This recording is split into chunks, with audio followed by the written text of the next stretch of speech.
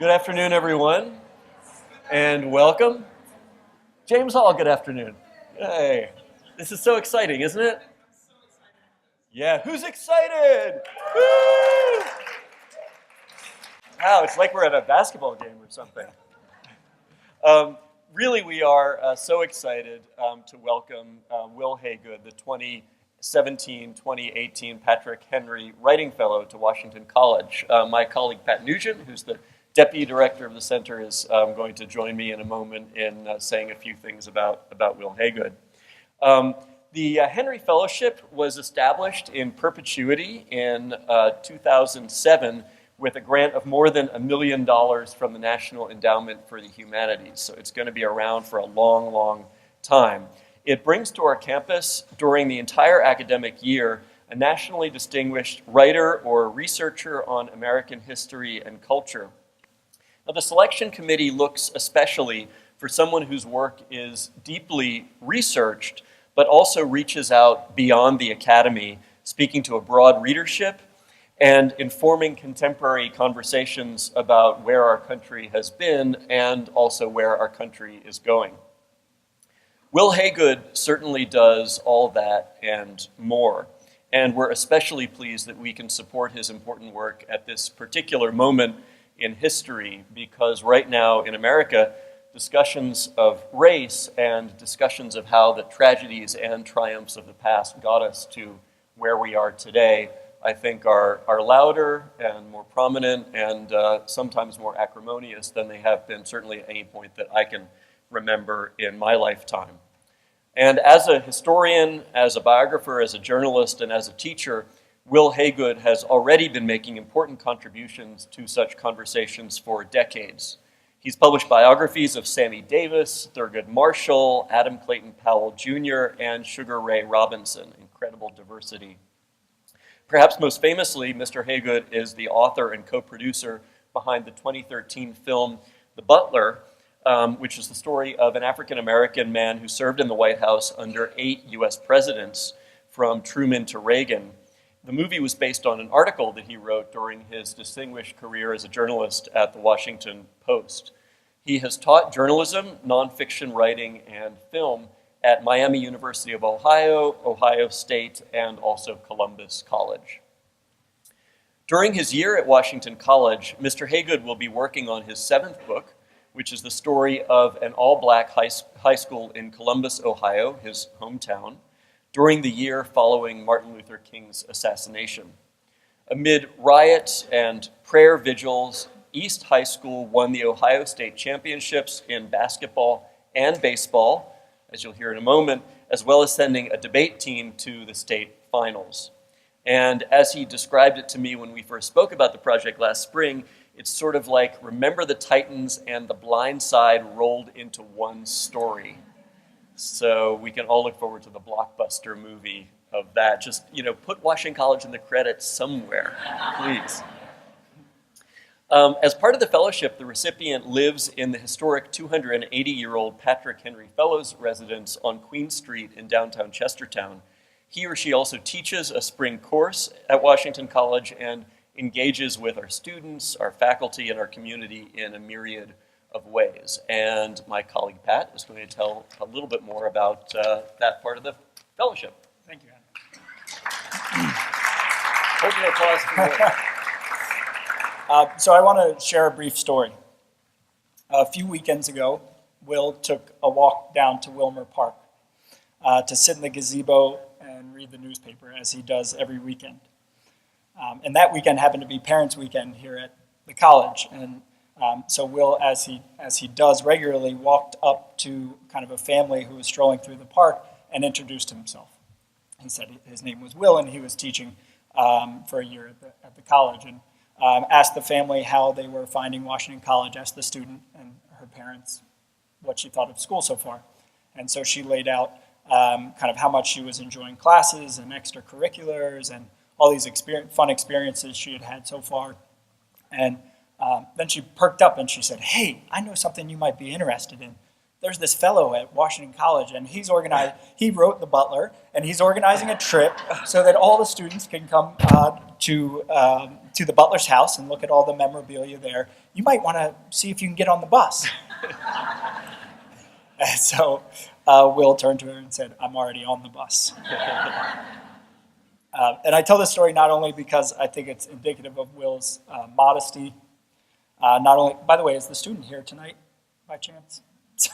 Sorry, we were hoping she would be here, and I think she'll join for other events because I know she was excited about it. But in any case, I tell the story because I think it's indicative of Wil's modesty. I think it captures Wil's ability to speak and to spark up a conversation with anyone. By the way, how many people have had a conversation with Wil so far? Just a brief show of hands. That's in a month's time, and his family as well have had many a conversation with him, I think. But also because I think it reveals how much excitement there is on campus and in the community around Wil being here with us. Literally, the excitement has preceded him at every corner he turns in Chestertown and on campus. So to give you an example of this, I'll say that Wil's partnered with the Black Student Union, among many other campus co-sponsors, including the basketball and baseball teams, to create what we've called the Wil Haygood trilogy, which will involve a behind-the-scenes dinner with Wil, where he'll describe, amongst other things, practicing lines with fellow co-producer Oprah. We'll have a viewing of The Butler with students, faculty, and community members, and we'll also host a small trip to the Eugene Allen House in D.C., where students can meet the Butler's son, who has kind of preserved many of the artifacts that Eugene Allen brought home from the White House over the years and was gifted from various presidents and first ladies.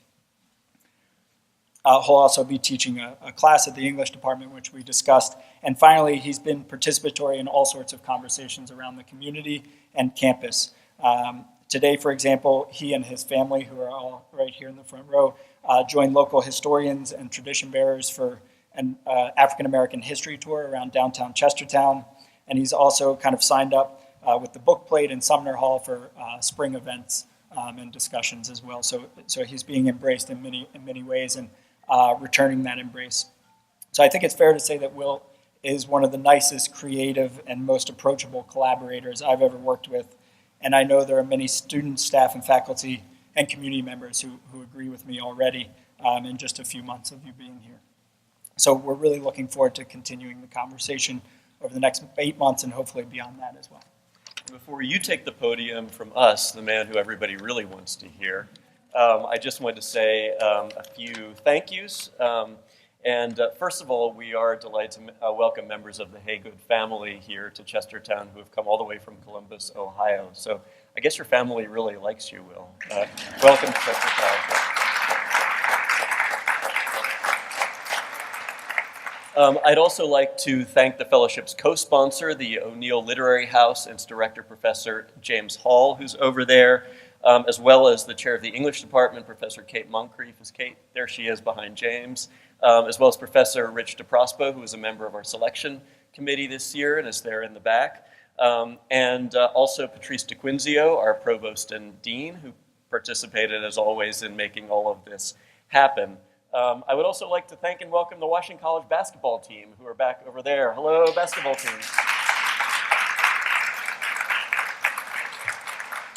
And finally, our colleague Shannon Weibel, who's over there in the corner at her table, has, as you can see, stacks of Wil Haygood's past books, which she will be happy to sell you, and he will be happy to sign for you at the conclusion of his talk. And as usual, Washington College students will get those books for half price. So please join me in welcoming the 2017-18 Patrick Henry Writing Fellow, Wil Haygood.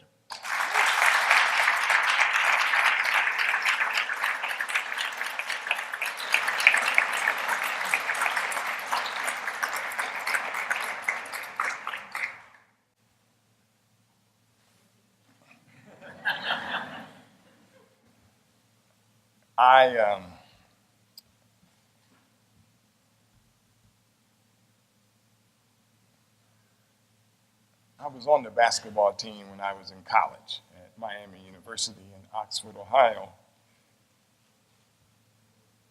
And I'm very disappointed that in my bio,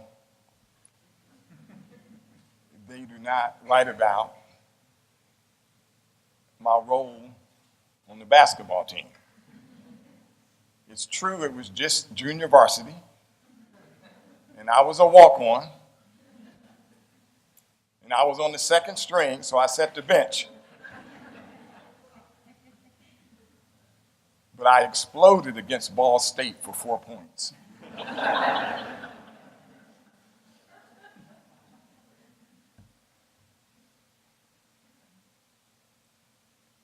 It's always nice for me to be on a college campus. A lot of minds, a lot of young people thinking about ideas to tackle the world's social ills. But it also always makes me think about my own college career. And it was difficult. Not because I didn't try, because I did. I studied very hard. And I still graduated with a 2.2. Now that's what you call summa cum lucky.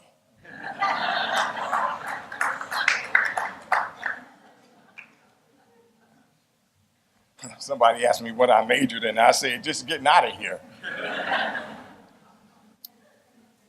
I 7 years ago, I started work on a book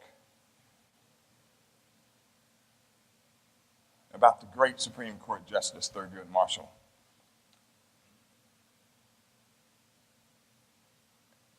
And because around his life, you have to write about the Civil War. His grandfather was a slave, and you have to write about the Civil War. I knew I needed to steep myself in Civil War history. So I came across a review of a book. 1861 was the book. A Civil War Awakening. I ran down to Politics and Prose bookstore in Washington, D.C., where I live, and I bought the book. I knew nothing about the author, had never met him, but was transfixed by the book.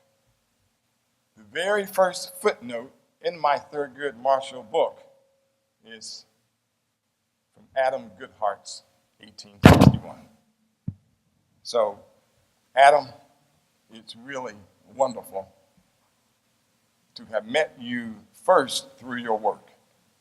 It really is.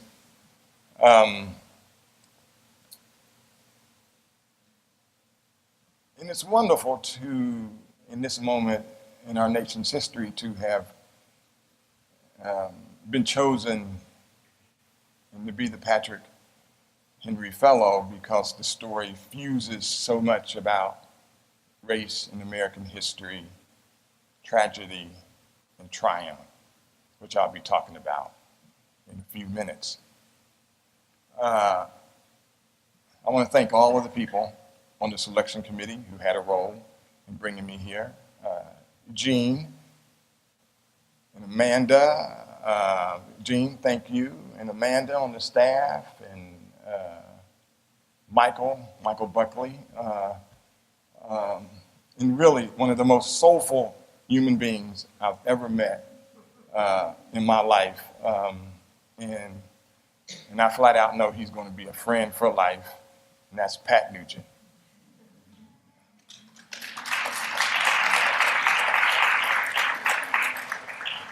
I want to thank James and the people over at the Rose O'Neill Literary House.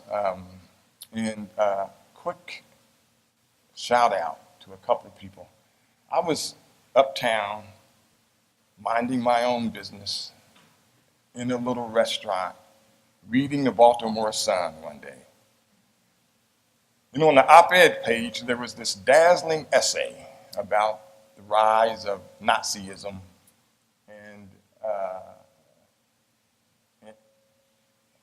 and just a horrific situation that has put this country in.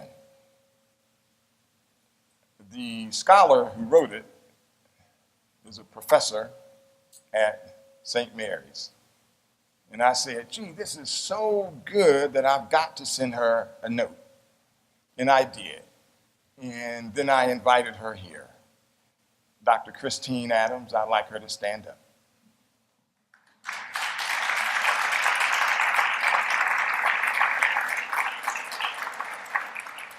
She's here with her husband, John. My family got up yesterday in the darkness of Ohio, and they made their way here to see me and to be at this event. In West Virginia, their car, it came to a dead stop. There was an accident on the road. A big truck tipped over, and there were pigs in the truck that went flying down a hill. They were on the road stuck for 4 hours. Pigs were, and they were tumbling and going left and right, north and south. So the next time somebody asks, somebody sarcastically in my family, if pigs fly,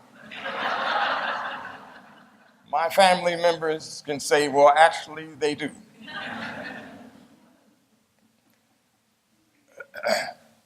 I'd like my family to stand up. Kevin, Finesse, Tony, Wanda, and Diane.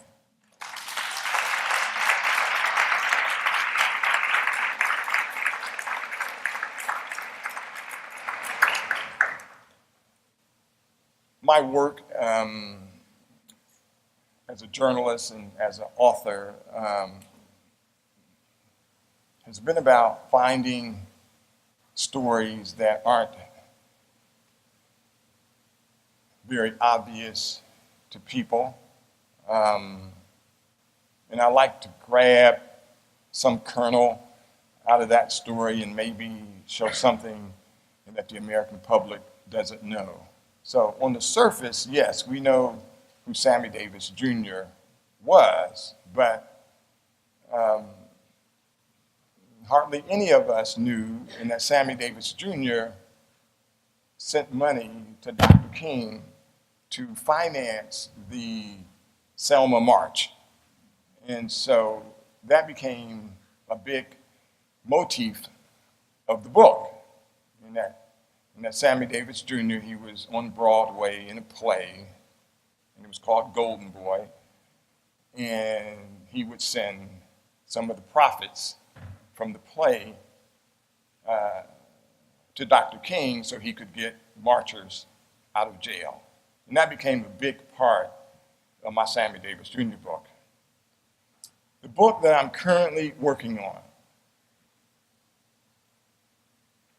my mother, from Selma, Alabama, that civil rights soaked city, and God rest her soul, she moved my family to the east side of Columbus, Ohio, when I was a kid. So we went from an integrated neighborhood to one on the east side of Columbus, Ohio, from gerrymandering that was segregated. So I was 13 years old before I went to an all-black junior high school. East High School, that year when we moved, it was the summer of 1968, the very summer of 1968, when Dr. King had been assassinated. And there was an urban uprising, there was a riot, and there were tanks, and they chased us home. We were just little black kids, but we were caught in the middle of this urban strife. And I had heard about the East High School Tigers because they were gods. And when I lived on the north side, I would beg my mother for money to go to the Fairgrounds Coliseum to see that basketball team. And what is amazing in life, in history, that year of strife and tumult, those 27 athletes would win first the state basketball championship, and then 47 days later, the state baseball championship. Unprecedented in state history. And it's just one of those stories when I explained to my editor what I wanted to do next as far as books after my Thurgood Marshall book. I told him this story about this all-black high school. They won 2 state championships, had a debate team, had an academic team that won some prizes as well. Their coach, Bob Hart, on the basketball team, landed at Normandy, captured 6 Germans, came home with medals, went to college, and wrote his senior thesis on the unfair treatment of the black man in America. Bob Hart. He has since passed away, but he was a great, great man who went to this segregated school when other teachers who had been assigned to this school would cry their way out of that assignment because they just didn't want to go there. And so I'm going to read a little bit to you. It's actually the opening of the book,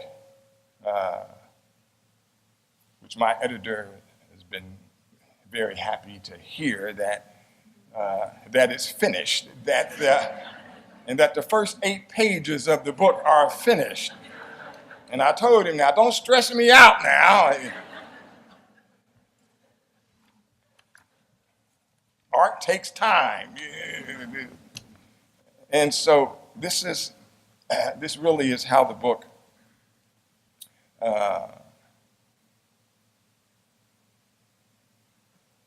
will open. And the prologue is called Reverend King Passed This Way. Reverend King passed this way. Here goes. And I'm talking about these guys. That's the baseball team on the right over there. That's the basketball team, and that's in the baseball team, the day after they won the state championship, they're in their Sunday best, and they're out in front of the school on East Broad Street. The title of the book is Tigerland, The Miracle on East Broad Street, because that's where the school was. So anyway, here goes. You are hearing the opening of Tigerland. They were poor boys, wedged into the turmoil of a nation at war and unrest. They were the sons of maids and dishwashers and cafeteria workers, and they were poor as pennies. Their mothers were among the large waves of those who had migrated from the deep south, a sojourn begun in 1945. The Pacific Coast and the Midwest were favorite destinations. Families had fled by train or bus, escaping all those cotton fields and blades of injustice. The destination was Columbus, Ohio, a stop on the above ground railroad where families had come praying for new opportunities. The boys had fathers, but those men were mostly absent. Garnett Davis, the gifted third baseman on the baseball team, had a father, but he was stuck down in South Carolina on a damn chain gang. Nick Connor, the pogo jumping basketball player, had a father too, but one who had left the family for another life in Cleveland. Basketball player Robert Wright's father had murdered a man. Kenny Mizell, who played second base, sometimes dreamed about his dead father. At least that's what He had been told all these years that his dad was dead, but he wasn't. Boys will be boys, and blood rolls thick. And when it comes to fathers, it often rolls backwards. Their mothers could only implore them to look ahead, especially so because it was a tricky and dangerous time. The year 1968 began convulsing and fireballing its way toward 1969. There was deep anger on the streets of America. Martin Luther King Jr. and Robert F. Kennedy had tried to do something about it all, about the poverty, the absence of fathers that cut into a bone of despair, and the pitiful condition of black men in the uneven social fabric of America. But these boys were athletes, sinewy, quick, and agile basketball and baseball players, blessed with a unique talent that, with the start of 1968, they were hoping could ward off the darkness. They were the Tigers of East High School. Some of them lived in single-family homes that fronted a fertilizer plant in the obligatory railroad tracks just off Leonard Avenue. Some lived in Poindexter Village, the government-funded public housing arena, one of the first of its kind in the nation. Actually, President Franklin D. Roosevelt had even come to the city for the dedication. Still others lived in old apartment buildings behind Mount Vernon Avenue, where the bars and speakeasies were, where the gamblers sauntered about like roosters. Laws and boundaries had been drawn against their families long before they were born, consigning them to a segregated world on the east side of this Midwestern city. They were black boys in a white world, running, jumping, and excelling inside that world. They played most of their basketball games through that cold winter in a converted rodeo cow palace on the Ohio State Fairgrounds, where you could still get whiffs of the horse manure. But no one seemed to mind, as the East High Tigers couldn't stop winning.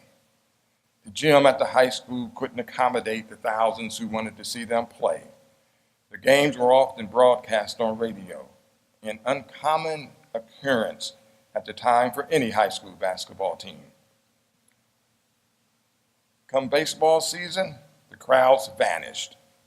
At the away baseball games, there would sometimes be only one fan in the bleachers rooting for the Tigers, and that was the coach's wife. The boys actually didn't mind playing their baseball games away in and around rural Ohio because the baseball diamonds were better at the other schools. They simply set about swinging their bats and blasting the ball into the cornfields. They looked like figures out of the old Negro baseball leagues, which was by now 2 decades removed from existence. The umpires, white men raised in the natural flow of segregation, sometimes would gawk at them with awe. They were so proud at game's end, tired and smiling as the farmland receded into view on the ride back home. The proud black boys never complained about the well-to-do schools and all their fancy equipment. They realized they didn't have the comfort of escaping the crazy and murderous times. They were in the center of it. Martin Luther King Jr.'s presence hovers over that season. Reverend Phil Hale was the unofficial minister of the East High School basketball and baseball teams. He had known King from his own Georgia days and was the first to bring the prophet of Black America to Columbus. The gunning down of King in Memphis on April 4th, 1968 was an awful deed that unleashed riot and rebellion from Los Angeles to Columbus itself. Bobby Kennedy spoke movingly of King's death, blacks and whites weeping around him like a gospel chorus. Then, like King, Kennedy also fell from the bullets of a crazed assassin. Reverend Hale had counseled those East High athletes with King-like optimism. He had told them to hold on. He had told them change was going to come. Now, with King's death, Hale, who had given the citywide eulogy, was himself emotionally spent. King and his wife, Coretta, had slept in Reverend Hale's home here in Columbus. It seemed at ground level that a nation was unraveling. It was a year of endless apocalypse. King and Kennedy had warned that black and white must come together, though King longed before and with much more passion than Kennedy. But now the question loomed: what integration?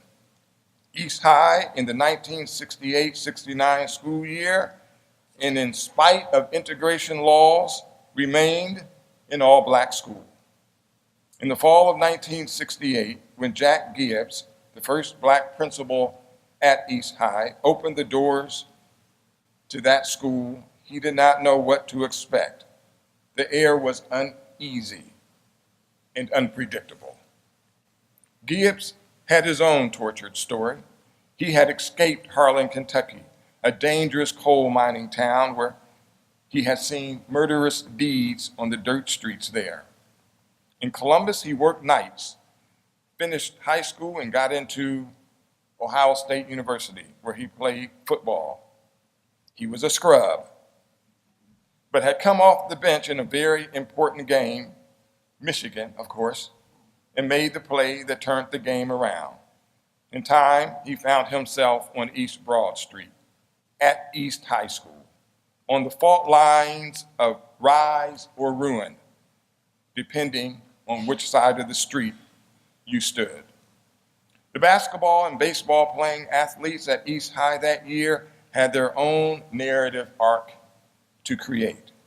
They would brush away the fires of discontent and neighborhood pain, replacing it all with a far more glorious timepiece.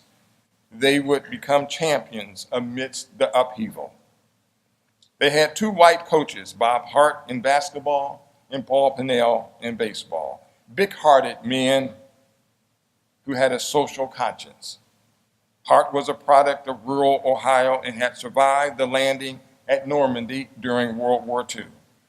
He came home from the war with medals, and also with a sickening feeling about what all he had seen in the military when it came to how blacks were treated. In the mid-1950s, he took a job at all-black East High. Other white teachers cried their way out of assignments there. He exulted in the posting. Paul Pinnell, the baseball coach, hailed from the west side of Columbus, known as the most inhospitable part of town when it came to integration. He was in his early 20s and given the job almost as an afterthought. What he aimed to do was prove to the outside world, anyone beyond this segregated neighborhood, that black boys could play baseball, because there were so many who needed reminding.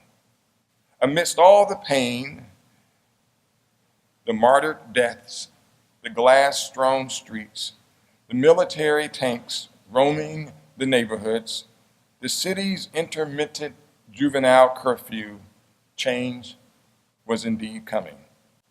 And some of it came in the form of 2 statewide athletic championships, erupting just 49 days apart in a time of ceaseless turmoil in a city situated on the banks of the Scioto River. It was here, through the fall, winter, and spring of 1968 and 1969, that a season of glory took place in a nation's history. It was here in the storefronts up and down Mount Vernon Avenue that the salesmen and saleswomen began at first pinning those portraits of the slain Martin Luther King Jr. to the storefront windows. Then a short while later, to the same walls and windows, they began pinning portraits of those basketball and baseball playing boys from the neighborhood. A dreamer was shot down, but the prophet had left more than just anguish behind. 27 limber black boys across 2 sports would rise up through the smoke. They had something to prove to the world. This is the story of how it all happened. Thank you.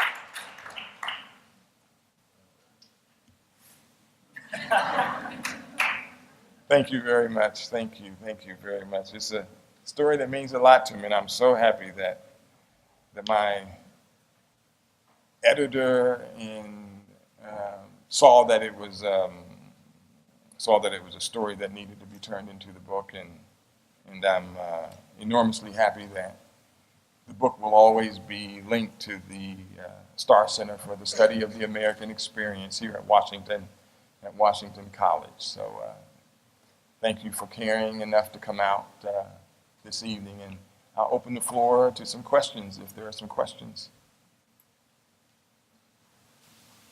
Is the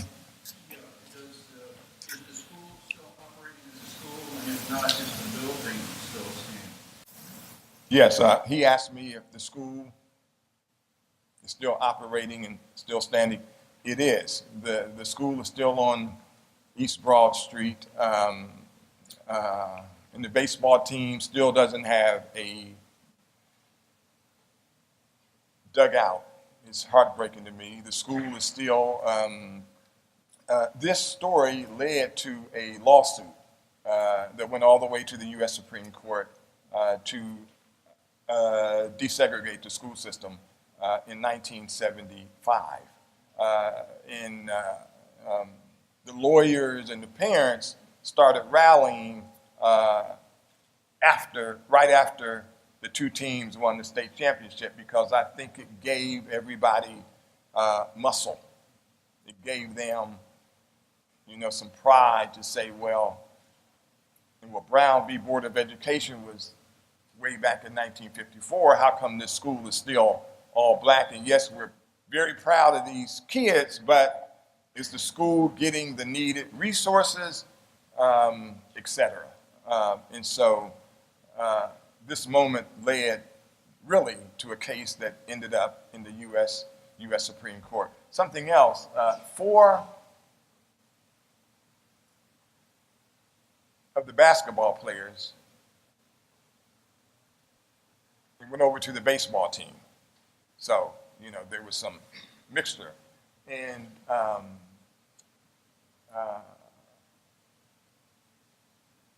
the basketball team played a team from Toledo. That was the team before the state final game. And they were up by 1 point. And Toledo Libby had the ball. And they shot with 2 seconds on the clock. The ball rolled around the rim and fell out. If the ball would have fell in, I wouldn't be writing this book. Thank God that ball did not go in. And the baseball team reached the city league and lost. Now get this. They lose the city. They come in 3rd place. And nobody in the state even dreams that somebody who doesn't take their respective city league championship would dare go further. But East High gets to the state tournament and they start winning. In the picture, who's the tall guy, Ed Ratliff, who I've interviewed several times. He's a great guy. He still lives on the West Coast. Anyway, in the last game, the score was 1-1. 1-1. We get to the ninth inning. Now get this. Roy Scott on the baseball team has two brothers, and they're both in the Vietnam War. And Roy Scott had got a letter from his brother the night before the state championship game, and his brother said, all you can do is the best you can. He wrote this letter from the jungles of Vietnam. In the ninth inning, Roy Scott cracks the bat and knocks two players in, and East High wins the game. Now, Roy Scott is still in Columbus, Ohio, and he drives a city bus. And when I tracked him down, he said, man, how did you find me? Now, something else real quick. Ed Ratliff went to Long Beach State. Dwight Lamar on the basketball team went to Southwestern Louisiana. In 1974, now, and let me preface this by saying Ohio State University, in those days, only wanted one or two blacks on the basketball team at a time. So they ignored Ed Ratliff and Dwight Lamar of East High School. So Dwight Lamar went to Southwestern Louisiana. Ed Ratliff went to Long Beach State. They became the first two players in the history of the United States of America to become first-team All-Americans the same year from the same high school. I mean, that is pretty amazing. But not as amazing as this. Ed Ratliff became the captain of the United States Olympic basketball team in 1972, the one that unraveled because of the killings in Munich. And I mean, look at that history of all this stuff that is happening with those guys in their life. And the epilogue of this book can be another book. So anyway, I kind of swerved there, but you know, that just to me shows the remarkable arc of this story. The one lady who was at the baseball team, who went to all of their games, away games, Sharon Pinnell, who was the coach's, he's up there on the right in the top photograph. And then that's Paul Pinnell, and he's been amazing. Like, I went over his house and I spent a lot of time with him and his wife. And one day he came up from the basement and he said, by the way,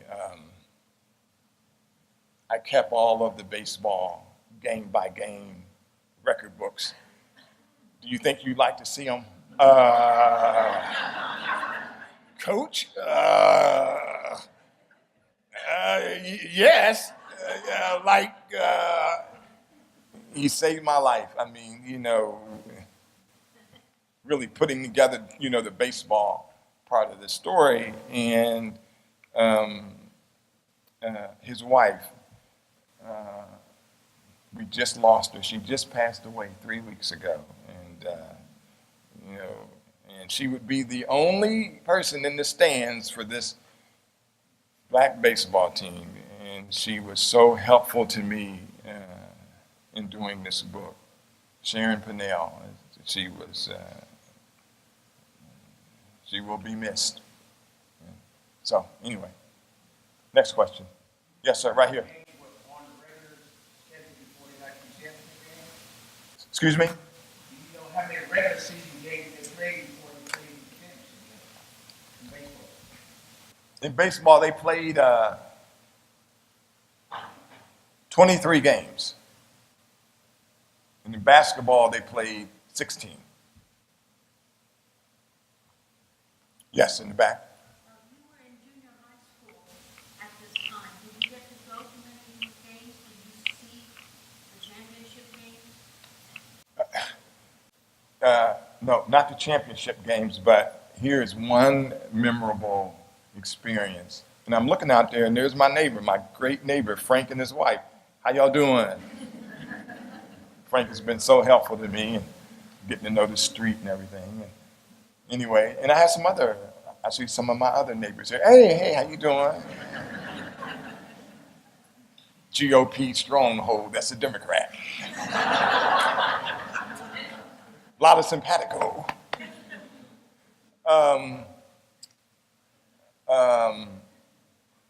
So when I was 13 years old, there was a scandal in the city. There was a controversy. And Dwight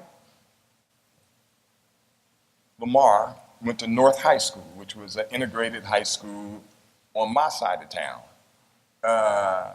He was in the 11th grade. And this was a time of athletes with the Black Power salute, deja vu, am I right? Athletes wanting respect. Dwight Lamar grew an afro. He had a big afro. And the coach at North High School during the tournament told him he would have to get his afro cut. Now his mother had come from North Carolina, so she had escaped the South to be more free. Her son went home and said, "Mama, the coach wants me to cut my afro and I don't want to do it. And I need your support, Mama, because I don't want to cut my afro." And his mother said, "I did not get on the train at midnight and bring you and your 3 brothers north for you to lose your dignity. You keep your afro." And so Dwight Lamar, in the middle of the tournament, as bizarre as this is, was kicked off the team, was kicked off North High School's team because of his big afro. So everybody around the city wondered where he was going to go next. Those were the days when you had to go to the school that was in your neighborhood. So Dwight Lamar's mother, Lucy Lamar, who was a maid, get this, 8 of the basketball players' mothers were maids. They had such dignity. I mean, they worked on their hands and knees so they could keep their boys in schools. Not a one of those black guys got arrested. They stayed out of harm's way. You're black and young in America, that's almost a miracle. And so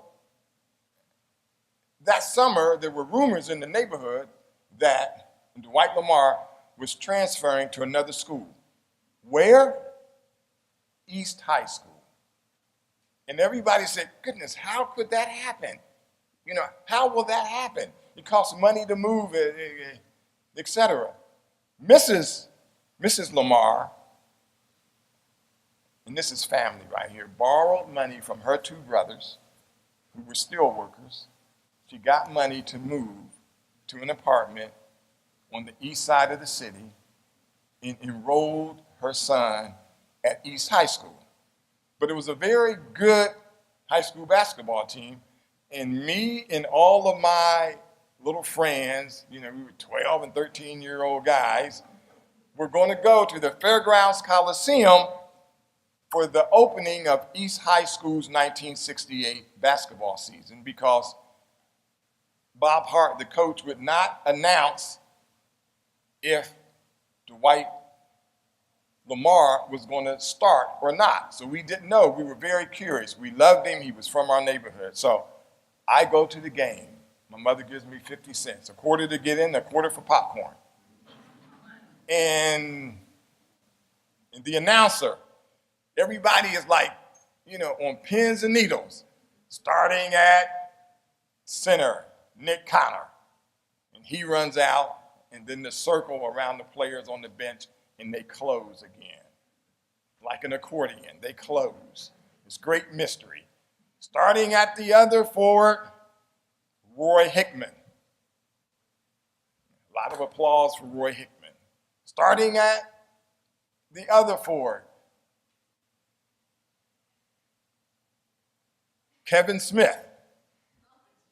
Kevin Smith. So he comes out in the little circle, and it closes again. And then, starting at one guard, Larry Walker. And it opens again, and the little curtain, the players, and Larry Walker comes out, and it closes. And we're all like kids, what are they going to do about the white man? Where's the white? And then he says, starting at the other guard, wearing number 12, transfer from North High School, Dwight Bo-Pete Lamar. And the thing opened with the players. His big afro was bobbing up and down. And he runs out to the middle of it, and he gives the Black Power salute. It was a small victory, but a titanic victory when you think that a mother left the South for dignity. She didn't leave the South for a coach to tell her son that he can't exhibit a black is beautiful afro. So to see him out on that floor that day was just an unforgettable moment in my life. And he went on to play for the Los Angeles Lakers. And I've interviewed him several times, and he keeps saying to me, "Where's the book? Where's the book? Where's the book?" Yeah. Yes. As a film producer, are you wanting to make this into a film? And also, you're so passionate about the story, will you direct it if you decide to make it? Oh my goodness, that's like, goodness gracious. Who knows? Hollywood is such a strange, monster. All I will say is this, is that I am working as hard as I can on the book. That's all I care about right now is the book. But when people hear about it, and I'll meet somebody at a train station or on a flight, and I'll tell them about, these two teams in that year, and the person always says, "Man, that sounds like a movie." I mean, they always say that, so who knows? Mm-hmm. Any questions over here, students? We got time for one more question? Yes, right here, right. Yes.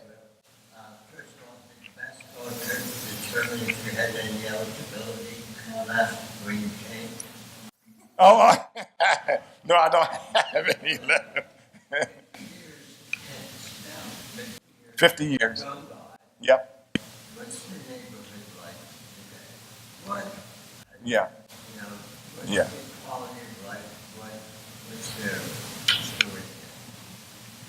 And that's a great question. He said 50 years have gone by, and what's the quality of life in the neighborhood?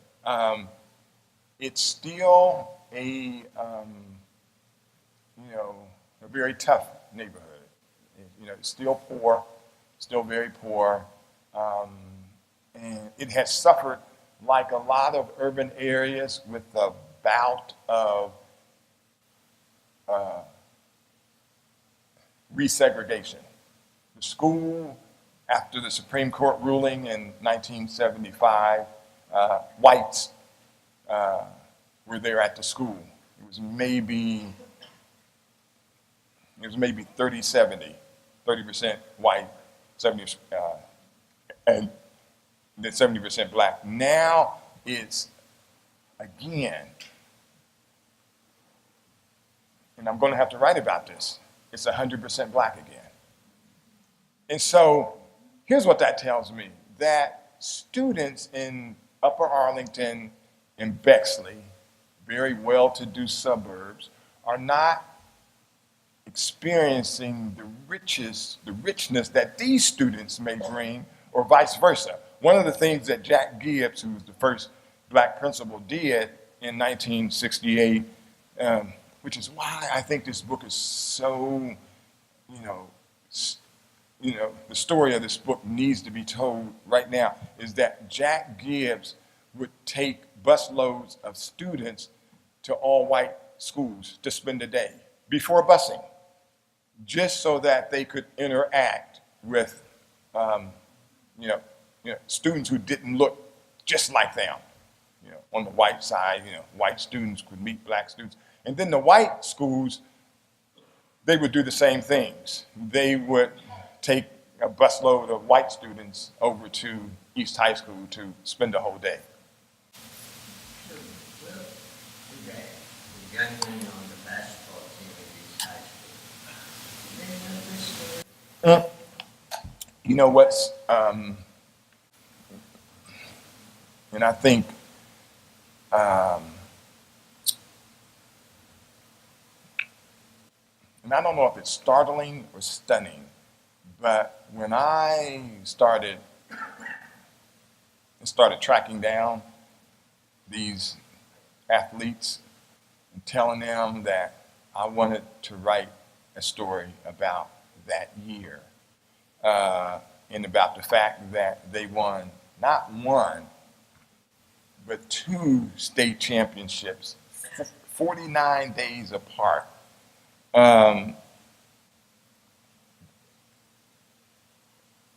Many of them would literally break down in tears and tell me that because of the anger of Dr. King's death, because of Vietnam, it just seems that our story got lost. Nobody wrote about it. Nobody cared about it. Right now, the city is planning a whole lot of events around this book when it comes out next fall. And so I really think that that will be the moment in the city's history where they give honor to, to those 2 teams and to what happened. Yes, that would be a wonderful thing. You're exactly right. There was no question from this side. Yes, one more. What's it like writing about Thurgood Marshall, Sammy Davis Jr. compared to this piece where your heart lives and speaks are different? Yes,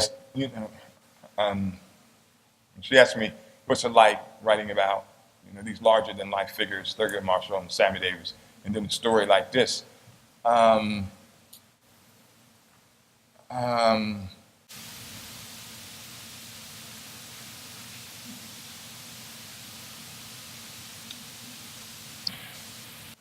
of the things, that I think for some reason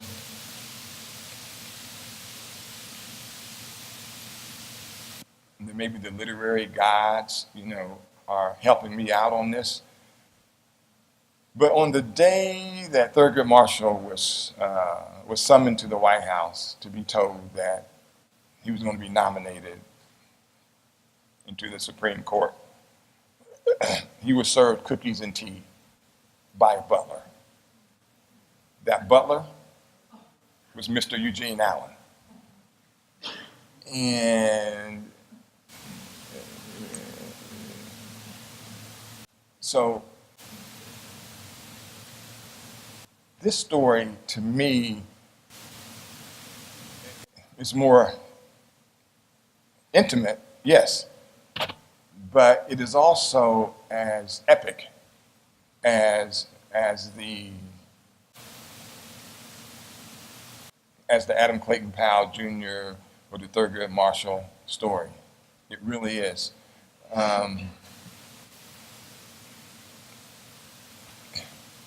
And even since I've been here,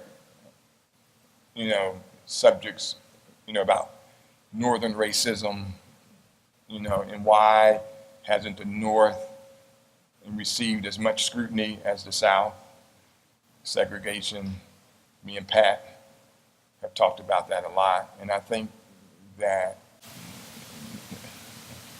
some of the answers will be in this book. I think the North has genuinely been let off lightly and when it comes to that. Northern racism hasn't been addressed in books and history, nonfiction, as much as it should have been. Yes, okay, we're going to take 2 more questions and then I'll go over there. Yes. Well, first I want to say thank you so much for the presentation. Welcome. Keep your story authentic. You can talk about the struggle. Also, my mother was a maid. She was a maid. She was a maid. She was married to Washington for 33 years. Oh, wow. So, Yeah. talk about dignity. That word, important. That's, we have dignity. Yeah. She pushed me to school and all that. Yeah. You kept the story of the struggle real real. Yeah. That real conversation we haven't gotten together in a small time. That's our story too.